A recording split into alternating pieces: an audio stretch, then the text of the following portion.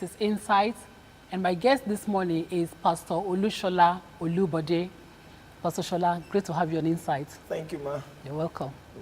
What exactly is entrepreneurship? Oh, well, it's a very interesting phenomenon you just spoke about. Entrepreneurship simply is the act of taking risk and, initiative to start new things, be it business, a venture. So you probably want to say that an entrepreneur is a person who accepts, the risk and considerable initiative for starting and running a business, and that's an entrepreneur. So entrepreneurship is the act of that process. An entrepreneur is a person that does it. Okay. So he accepts the risk and take considerable initiative to start something. That's an entrepreneur. So what are the attributes of entrepreneurs?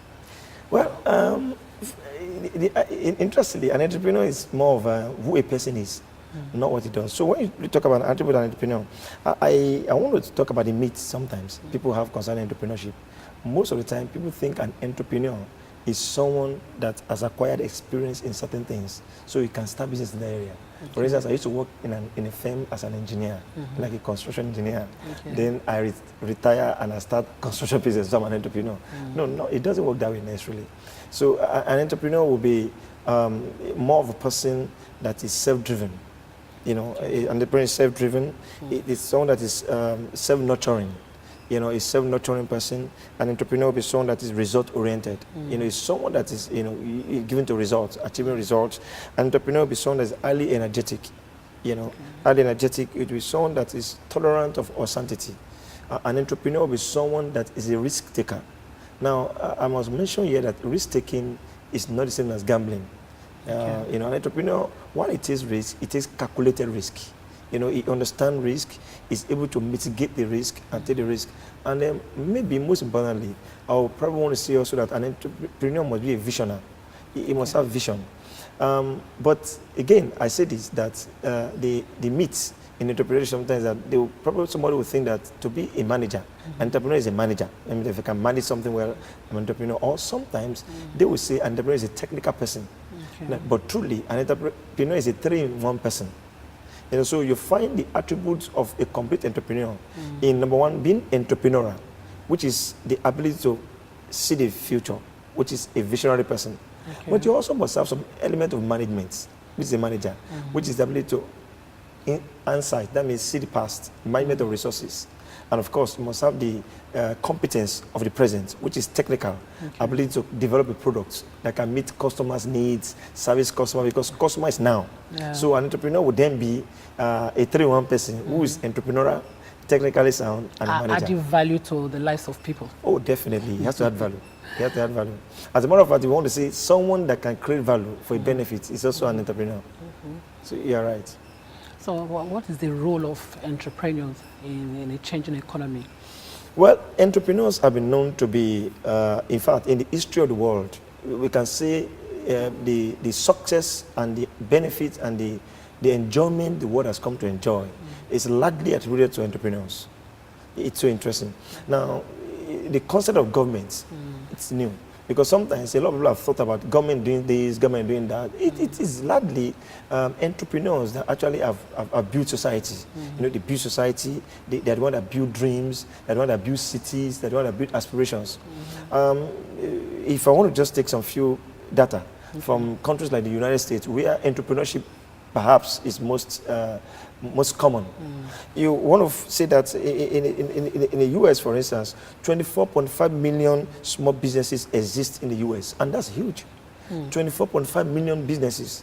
Now, you want to say 24.5 million businesses times the number of people that they're employing. Yeah. So so we are looking at that. It has the largest history of sustainable, mom and dad businesses that have grown on to become big business all over the world. And then you also look at the fact that nearly 750 businesses are started every year in the US. 750,000 businesses. Now, with such capacity, the challenge of unemployment is managed. because some will create businesses and some will be employed. But you see, with business being created, and that's what you're talking about, the entrepreneur, they create employment opportunities. And of course, by so doing, they also create opportunities for people. You find in a place like the US, many women are able to own their own businesses. And there's something about women owning their businesses.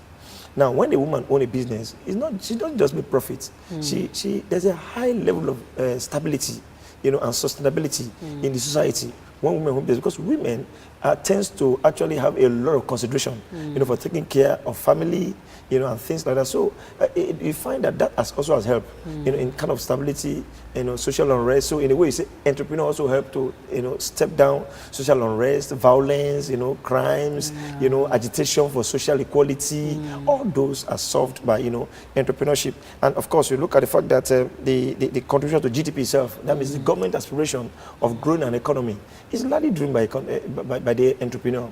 Because you find that in a place like the US, about 40% of their GDP is contributed by small businesses. So you probably want to say that the economy is actually built on small business. There's a lot of encouragement, for such growth for little businesses. Oh yes, there is. Because the government has come to know the importance and implication of such businesses in the economy. They are the engine of growth. In fact, you can say the entrepreneurs are the engine of growth of the economy. See, they're the engine that provide growth for the economy.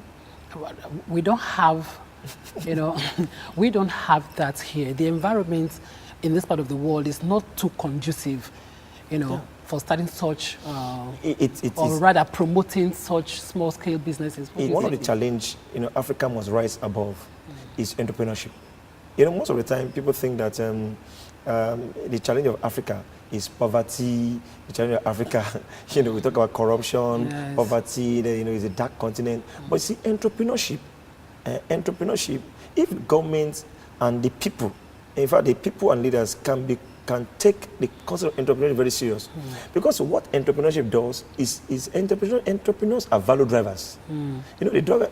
A typical entrepreneur does not encourage insolence. Entrepreneurs, what they know to do is to create values.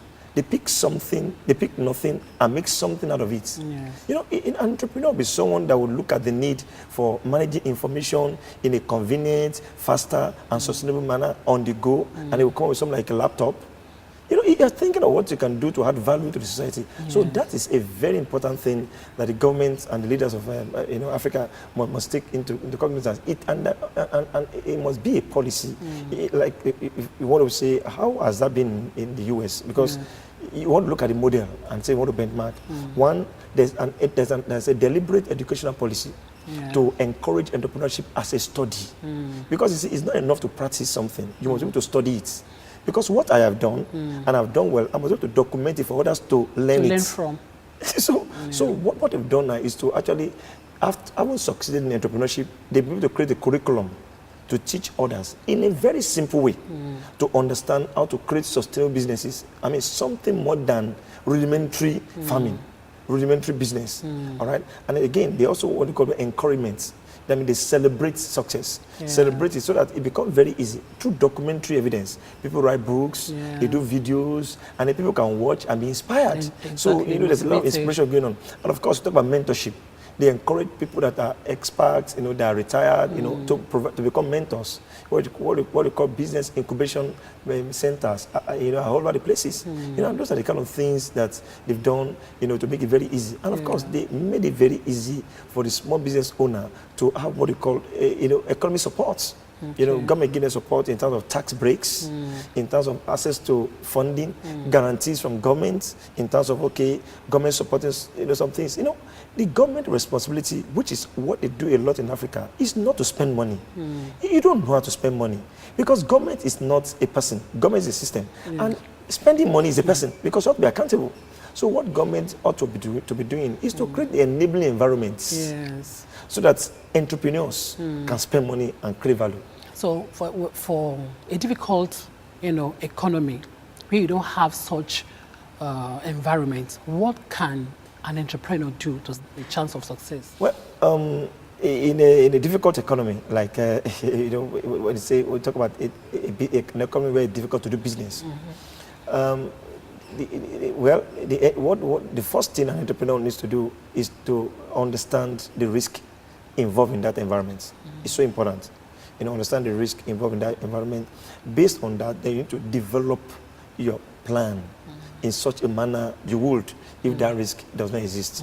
That's one. Number two, of course, there'll be a market for you. There'll be a need to be met in such economy. What the entrepreneur wants to do is to be to focus on that. And it's also very important for the entrepreneur to develop the competence to meet the needs. Because you can't just invest money when you don't know how to have the returns. So it's not enough to say it's a profitable business. You must have the skill to do it. Those are very important. And of course, you need to understand in such environment the challenge of governance. Governance, the challenge of politics, societal factors. In such entrepreneurship is all about a person that is able to actually go through the storm. So a typical entrepreneur thrives more in terms of difficulty, really. Entrepreneurship is actually needed in terms of difficulty. And by the real definition of entrepreneur, really, you find that entrepreneur is actually what you call a creative destroyer. Creative destroyer? Yes, he destroys status quo to create new standards. Okay. That's an entrepreneur. So even when everything is okay, there's no difficulty in the economy, you find an entrepreneur coming to destroy what is on ground and start new products. So that's the challenge, is actually the food of entrepreneurs. Yes. So assuming I want to start, a business of my own, what are those things you would want me put in place? What are those things, I can put in place to take off? Well, there are two ways you're asking two questions. One is, what should I do right so that my business can work well? Then you can answer that question can also be answered by saying, what are the reasons for which business fail? Because if I do what is wrong, business will fail. So I will take it from the back first. Okay. Now, the first thing that you want to do is to do a market research. Okay. And so get to know about the market. Find out whether what you want to sell, people want to buy. I think it's a very funny thing. When somebody wants to go and sell something, nobody wants to buy. They'll find out whether he might not be scientific. It might be a simple thing like asking your members of your family, your neighbors, people you meet on the street. You see, so market research, you find out about that. Then secondly, get training and exposure. All right, get training and exposure. You see, business success is more about you, more than the environment. A place where others fail, some others will go there and succeed. It's not really about the place. It's about the person engaging the place. Okay. So you get training and exposure. So get training, get exposure. It's because you see, business does not succeed because it's profitable. Business succeeds because somebody is running it well. Then you have to be customer focused. That means you must understand that customers are the real employer of everybody in the business. When a customer stops buying, money stops flowing, every other thing stops. So you must be customer focused. Then the other thing is that you must set specific objective. All right, specific objective as to what you want to do, and you must have a time-bound plan. In business, you can't just be doing things. It must be time-bound. That means you have to work with time to know what you want to do, when, how you want to do it, why you want to do it, who you want to do it with, and you must have time-bound. And of course, the other thing is that you need to surround yourself with good support and counsel. Since you're not going to do business alone, most of the time, people sometimes make mistakes of getting advice from members of their family because they're the closest. Unfortunately, the members of your family might not be very savvy in financial analysis, investment analysis. They might not be savvy in banking process, right? in record keeping, all those kind of stuff. So those are the kind of challenges sometimes people face. Now, all of these, plus the last one, which we say, don't be afraid of failing because there'll be challenges. All of these, again, I come back to what must I do? Now, recognizing this, because of this, business plan becomes very important. So you need to have a business plan. So what your business plan will be attempting to answer is this question. Okay, so you need to have a business plan. That's just what you need to have. A business plan to be able to succeed, in which you'll be able to articulate your plan, look at your process. What the business plan does basically is to give you a broad picture of what the future will look like when you start, so that you can be able to know how to dress for that place. I would probably want to say that a business plan will be a detailed written statement, you know, that describes the nature of the business, the target markets, the advantage the business will have in relation to competition, and the resources and qualification that will require to make the business a success. Those are the business plan. Now that's what I need to put together once I have an idea, you know, to do something. Okay. So as an upcoming entrepreneur, what are the obstacles, you know, I could face, and how do I surmount such obstacles? Well, you know, the finance obstacle, that means it look like I don't have enough money to fund my idea. You know, usually most people start a business with their savings or support from the members of their family. That's the nature of entrepreneurship. But for finance, two things I want to say is this. Don't go into a business that the market is not there. Because technically speaking, the market is supposed to buy the goods. I used to get money from the market. In business, you want to look at you can finance your business from two ways, from debt or equity. Debt is like borrowing. It's not a bad thing. If it's borrowing for a purpose that is productive, in which you pay back the money and then earn something, that's good. And then equity means some other people joining you to put money in the business. That's equity. But what you want to do is that don't allow more debts than equity, because when debt becomes more than equity, you risk losing the business. You know, because the creditors might, you know, come after you, and then you know, pressure on you and everything. So you want to be very careful about that. And then the way to solve that is to make sure that your business generate enough cash, you know, so that you can be able to maintain that business. So it's so important that you do that. Then the other thing is the issue of management. You know, now how do I manage my business? You must understand that business will require management to grow. Definitely. Yes, and management has to do with planning, organizing, coordinating, you know, control, feedback. You know, those things are things that you might not be used to. Yes. So you're wondering, what do I do? And this explains why most entrepreneurs, for instance, don't have even a system of paying themselves. I have a testimony of a young man that is doing cosmetics, you know, and then because the market is there, you know, it gets a lot of people, the retailers and wholesalers, to pay down for him to manufacture the cosmetics. And he's been able to use those kind of, you know, funding, you know, to be able to take care of setting up his plants. You know, so so funding is a lot of fund. You can use your plants money to fund. You can have a negotiation with the people that are supplying things to you, that I'll collect now, pay you later.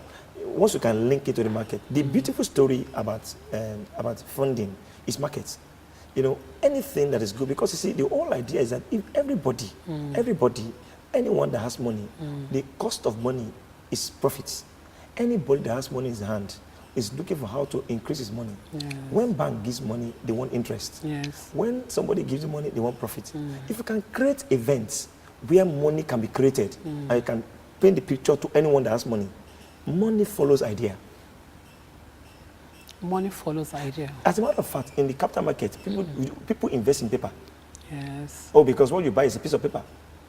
So it goes to show that you know it's about your ability to project to people what you are going to make, and I mean, of course, the reality of it, that's what people invest on. Other obstacles would be like maybe like granting credit too much to people, selling on credit too much, and expanding too rapidly is also can be a challenge, for which an entrepreneur needs to manage. Personal habits and extravagance of the entrepreneurs also can be a challenge. When it's you're your own master, you wake up anytime you like, and then you don't have discipline of managing a business very well, because a business is a system. It becomes a challenge. Of course, lack of understanding of cash flow is also very important. Many people mistake cash flow for profitability. That is profitable does not mean it's cash. Now, cash is the blood of the business. Cash is the blood of the business. Profit is the body. Okay. You have a body, but you need the blood. To live. To live. You need the blood to live. Yes. So those kind of things. So the business is like the spirits. The body is profit. The cash is the blood. Wow. So without the body, without the body, the spirit can live. You know, so the system is there. You know, it's there. But if it's not profitable, it will die. But cash is what that makes it to be sustainable. Yeah. So profitability and sustainability is so important that, you know, and it happens that sometimes you don't understand all that and become a challenge, you know, for the entrepreneur. Okay. You know. We are talking entrepreneurship. We'll continue after this break.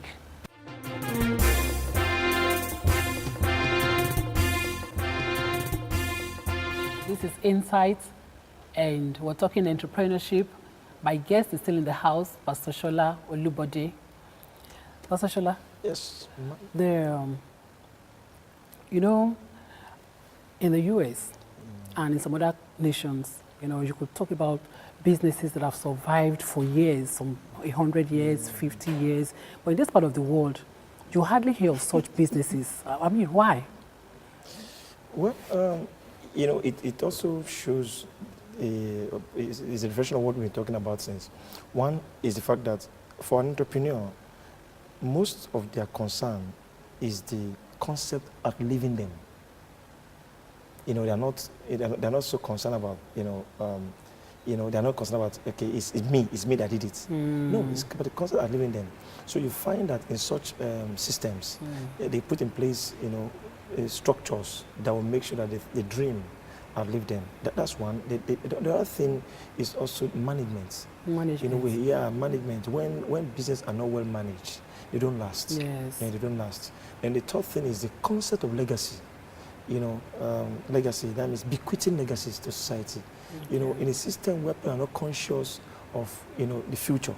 You know, it is so pathetic. In most part of Africa, for instance, the attitude towards youth and children is a reflection of, you know, as the concept of legacy. Can you explain that further? Now, what we mean by that is that when you start a business in a place like the US, during the summer, you have children from primary school coming to the office to come and observe what you do. Okay. They have tours, school tours. They have programs supporting, you know, and they give scholarship from the university, you know, from the company. They give scholarship to students to train them to develop skills in certain area and then bring them back to work for them. Okay. You can see a lot of connection between the private and the public sector training for the purpose of posterity. Continuity. Continuity. Those things are going on, and that's legacy. But you see, there's a disconnect. Here, there's no consciousness of, you know, I mean, so the young person is detached from legacy. Even the children or the man. Yes, are not interested. They are not interested in man's business. That means the man has probably started a school something because there's no concept. There's no embedded in the vision. There's no continuity. And you see, vision is not just what you see. Vision is who you are. It's what we see. Vision is not thought, it's caught. You know, so you know the way the man goes about his business. Vision is not thought. You catch it, you catch the vision. So begin to flow. So the way the man does his vision, even the children know that it's between the man and themselves. They know that this thing is for the man. Yes. So most of them are like, they're always thinking and moving on with their life. Yes. And those are the kind of things you find common. You know, so of course, and also of course the pride of family, the family tradition, the pride. You know, the Uncle Bens. You know, the Boeing brothers. You know, it's very interesting to note that most of the great companies in the world are owned by people. You know, you are taught they are owned by spirits. The way the thing became so huge and humongous, that it was just two people that started this. You know, two brothers started this. You know, the Renault brothers, the Boeing brothers, Daimler Benz. You know, Toyota, Honda, were human beings. They just started small. Yes. And it's now global business because they had this concept embedded in the system. So what is serial entrepreneur, serial lifestyle and social entrepreneur? What's the difference? But in fact, the concept of social entrepreneurship became so common, you know, in the late 80s when it dawned on them. It's also started from a lot of them were championed by the US, when it dawned on a whole lot of people that the market system cannot provide prosperity for everybody.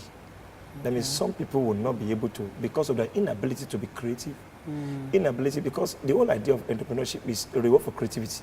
The entrepreneur is a creative person. it can create, but not everybody can create. Yes. And not everybody is also very competent to get a job. Maybe they're not skilled. So we found that there'll be people on the margins of the economy, the inner cities of our lives. Okay. So the concept of social entrepreneur is providing services and value, not for profits for others. But it has to be sustainable, and that's the difference between that. Now, what a social entrepreneur will do is to come up with projects and come up with ideas, and that people can buy maybe at highly subsidized prices, but it has to be sustainable because people have to be there. Unlike government, he is doing it in such a way to create sustainability. And I will tell you, there are a lot of social entrepreneurs that have lasted 50, 60. I mean, even long before it is, they started doing it and they've done well. Yes.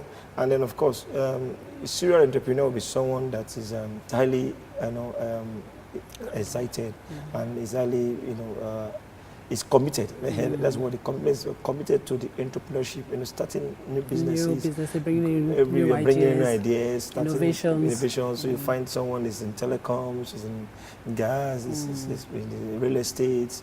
It's always coming up with things, and they are working because it's come to understand.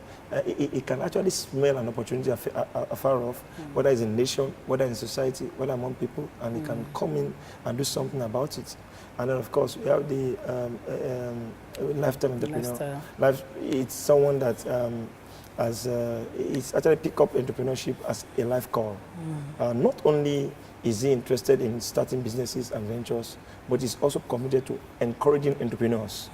Coming up, raising entrepreneurs, becoming a mentor, funding projects that would, encourage entrepreneurship in a particular society. Such people also exist. Okay. Technology today, is taking over, the world. Yeah. Now, I see it affecting some small-scale businesses, like the camera. Nearly every phone has a camera. Some are so highly digital, and somebody who has gone to learn photography. Yeah. Will that? I mean, what's the? You know what I'm talking about? The impact of technology. Exactly. Then right, those who have bookshops as businesses, then you have the online store. People now prefer to, download books than, go to bookshops. So how can such be handled? You're right. Technology, it's actually, it has changed the whole way the world works. Today we say, it used to be, people think the world is spherical. That means you have to travel from one part of the world to the other part of the world. Today we talk about the world having different time zones. Some part is night, some part is day. So because of that, when you are calling your friends in another part of the world, is sleeping. When you are awake, the guy is sleeping. Now, but technology has flattened the world. The world is not flat. What it means the world is flat is that you can start from where you are and see anywhere. That means from your room you can see Turkey. Yes. Exactly. You can actually travel to London in your room and come back, and on your way you can even branch in America. Because the experience is real. Now that has also affected the way business is done. Truly it has. It has affected the way service is delivered. It has affected payment systems. It has affected relationship management. Oh yeah, because today I could actually have your email and tell you that my stocks have arrived, or even send you a text that the fish is ready now. You can come and pick fish. As a mechanic that is in a garage where people are repairing cars, you can actually tell the person to go now, and that I would call you when it's technology. All that is technology. It's made it faster. So it's so important that small business people begin to understand the impact of technology. It's a huge opportunity. We're talking about the social network sites. Now, one of the typical examples of the miracle, I call it the miracle of technology, is India. India today is called a third world country with a population maybe close to maybe well over 1 billion now. But India today has used technology to galvanize the economy. As I speak to you, India has one of the best export markets for medicine. Okay. Now, what has happened? What India has done is that India has set up diagnostic centers all around the world. Wow. Where connected to the hospital in India, you can diagnose. And by video conferencing, a doctor in India can actually give you all diagnosis. While the hospitals in that particular locality are still waiting for people to be on queue, Yes. people are talking to doctors in India via video conferencing. And once it is approved that you need to come, they are not going to India for treatment. So right now, India is the fastest growing economy for medical exports. Wow. That means doctors in India, they're actually exporting their skills all over the world, online, real time. Even in Nigeria is happening. That means a doctor is consulting, as I'm talking to you, a doctor is consulting right now within this environment. Yes. And the man is in India. So for such people, you know, who don't have, like in this part of the world, you know, technology is still, you know, brewing. It hasn't really taken a foothold. For those who run, you know, those who run the bookshop, like I said before, what should they do? Interestingly, you know, the interesting thing about technology is that technology, it's, you know, I tell you the word is flat. So technology has a behavior. It doesn't have regard for a economy that is like, say, you are not maybe like ready or something. No, it can come in, and work anyhow. As I speak right now, within even our system, we have right now, in the country of 167 million people, 102 million people are carrying phones. That is more than 80%. And on each phone, the least it can do is to give you basic information like SMS. Now, some of the phones can do as much as transmit even TV. Yes. Some of the phones can do internet and surfing, you know, Facebook and stuff like that. So all of that will mean for a person that is doing business here that needs to be aware that there are more opportunities than you are thinking. Now, we talk about the e-copies. We talk about they're available right now. They're available. Now, with an email facility, you can get e-copy. Now, I know that Amazon, you know, and all the big bookshops in the world, they have, you know, structures like the Kindle, I mean, the special materials and things like that. So there's so much opportunities, you know, now. So anyone that is doing business must not rest under the guise that, you know, no, it's not. We are here. Yeah. We are here now. Think about it. A tailor that is designing clothes has all the designs on laptop, and he goes to a particular place, and rather than telling you about pictures and album, it shows you everything on laptop, and laptop is on what it's showing is on PowerPoint. So you can see designs, you can see, you know, you can see dimensional designs, 3D designs. 3D designs of the clothes it's showing. And apart from doing that, it cannot even go ahead and send to you, say, do you like the designs and everything? That is all through, you know, technology. Yes. And then at the end of the day, you're able to agree on what he wants, and it does it. It takes your dimensions, it puts it there, and it can actually take your frame and show you what it will look like on a design. So we are taking architecture into tailoring, because there's software for all that now. You know, so there's so much happening. And so, because technology runs on the backbone of computer, it runs on the backbone of internet, it runs on the backbone, and internet, it's here. Yes. You know, it's here, so it runs on the backbone of satellites. So the satellite is here. So I think, with what we've seen in telecommunications, the kind of upsurge we see, the kind of growth, the sporadic growth we saw in telecommunications, is a signal to show that there's a lot of embracement of technology amongst Nigerians if they are given the right, you know, orientations. And I think the opportunities are here. So there are opportunities for business owners to use technology to expand their business and manage, you know, risk. So in the 21st century, how do I build my customer base? You know, I would say that a lot of people have gone online and all that. You know, there are two things when you talk about a customer.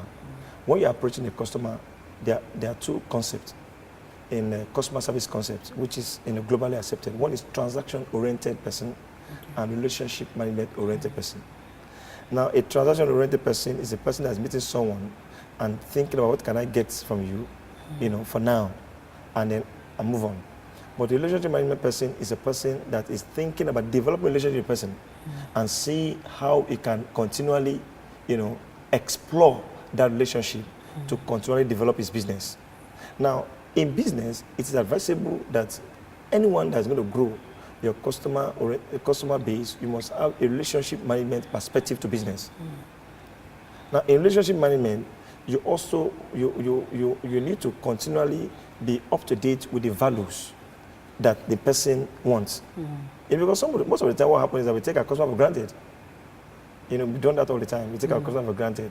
You know, we stop calling, we don't send greetings again, we are used to him. Now, in business, you can't be used to a customer, it's dangerous. You can't be used to a customer. So, relationship management is very important. What do you mean it's dangerous?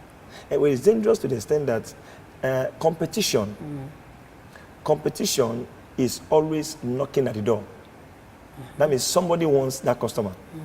So, you know, you can imagine when you are no longer paying attention and somebody is not paying attention in a way that the customer has always expected. Okay. And the customer will move. So you also need to know that customer satisfaction is given now. Customer satisfaction is expected because nobody wants to deal with you and have a bad idea. What am I paying anyway? Yes. Now, we need to move from customer satisfaction now to customer amusement. No, but that's the truth. That's the only way you can retain me. Okay. Yeah, because you see, the world is even global now. As I'm sitting now on my computer, I didn't solicit for anything. Somebody just telling me I can get a better deal by email. Yes. And then you are just 3 times to tell me that. And I just won't wake up, I just follow the person. Yes, you're right. So you see, customer amazement. And that's so important. And then you also must put in place, you must have a customer service culture. What you call customer-centric. What I mean by that is basically, well, I use these words. There are words that you find there, but let me explain. What it means is that you have to become like the customer is our employer. Okay. You know, to have a consciousness that, and if that mentality and that culture is there, you know, you will design an environment for the customer. Because you see, the way you behave shows your consciousness. So I'm thinking that you have to do that for the customer. And then thirdly, you have to continually be innovative when it comes to product development and service. You have to be innovative. That means, rather than do it this way, you have to do it this way. You have to be innovative. So you sort of think ahead. Now, you are talking about selling water, but somebody is putting water and cup and straw for parties. They might not buy your bottle again. Added value. Hey, because, and it's a disposable cup. So rather than cup aside, water aside, someone has gone to put water inside cup and put, the straw by the side. So you just, and then you even go ahead, not to even to put cup and water, even brand the bride and the groom's name up, of course. I mean, you won't tell me not to buy it. You're right. So there's so much. So you have to be innovative when it comes to customer service. And then one thing also you need to do is also to continually keep record. Customers like records. Understand what customer wants. Number one, customer wants speed, customer wants quality, and customer is conscious of cost. So anything that will reduce costs, that will be faster, and that will be quality. You're in business. And so what you want to do is that you want to be able to combine such things. And that's where creativity comes in. Yes. And once you know all that, you can retain customers, and you can build customers. You can build customers. And you need to train your people to think like you. Because most of the time, the challenge people have in business is that they are very passionate, but they surround themselves with people that are not passionate. Yes. And unfortunately, in the moment of the truth, decision-making with customers, the person they are talking to is the company. So you can't tell them later that, well, I didn't send him, and then, you are the one. I mean, you employed him, so exactly. So you can't say I didn't send him. Last question: what do you think in Nigeria? What do you think the government is doing to encourage small-scale businesses, and how can one take advantage of such initiatives? Well, for me in Nigeria, I know that the government has been trying to do a whole lot. For instance, the setting up of microfinance banks was government's way of answering the question of financing for small business. All right, we talk about the small and medium scale enterprise fund that commercial banks put together for funding. We talked about the issue of agencies that government put in place, to small business, small and medium scale enterprise development agency, But the thing I think the government disconnect I see in government, which I think we need to pay attention to, is the concept of entrepreneurship that government is mixing up. There's a mix-up. And unfortunately, when the policy is wrong, every other thing they're going to be doing is good. And you can see the effects. Yeah. Despite the fact that you have the microfinance bank, despite you have Miss Midan, the entrepreneurship concept is not coming. One, there's no clear-cut curriculum development. Amongst people, you see, entrepreneurship is youthfulness. You know, there's no clear cut. There's still a whole lot of, there's no culture. There's no references, you know. That's true. Then secondly, the enabling environment is still very harsh. It's not very conducive at all. There's no conducive. So government is not paying attention. And government will understand that to create, look at how telecoms has helped business. And that's government part. So government needs to pay attention to energy. To pay attention to transportation. Those things are the element of commerce. Yes. You know, when those things are in place, you know, people move. Yeah. So the element of commerce, the driving force of commerce, government is not paying attention to it. So it's almost like, you know, even the 85% of activities in Nigerians are agriculture. Because you might think that the largest sector is oil and gas. No, the largest contributor is oil and gas. It's very small. But more people are into agri. But even that agri is subsistence. Yes. It's not mechanized. Exactly. And then the concept of agro-business is not even explored to the extent to which the supermarkets are being funded by, you know, the farmers. So that all of us can go to a supermarket and buy clean meats, get rice, get tomato. You know, all those things are like the connections you find in an organized setting, in which government comes in as the regulators and agencies to make sure that they manage the relationship between the farm and just the way government is managing the relationship between we are using telecoms and the telecoms provider through NCC. So such structures need to come in place. So there has to be policy, there has to be agency, and there has to be a kind of the legal structure to make sure that entrepreneurship work. So it's not just enough to say, go and borrow money. And then you borrow the money, they use maybe like 80% to buy diesel. Yeah. You know, so, you know, it's a lot of, entrepreneurship is something that government needs to embrace. The curriculum needs to be taught in schools. Need to be taught in schools. There need to be a lot of encouragement. You need to support it and make it inspiring. And then government needs to have a very definite, you know, program, you know, to help, you know, young entrepreneurs, you know, to explore and move on. Wow, Pastor Shola, thanks for coming. That was very, very insightful. It's my pleasure. Thank you so much. If you have a dream, don't let it die. Keep it alive. Be determined to make it work. This is Pastor Mercy.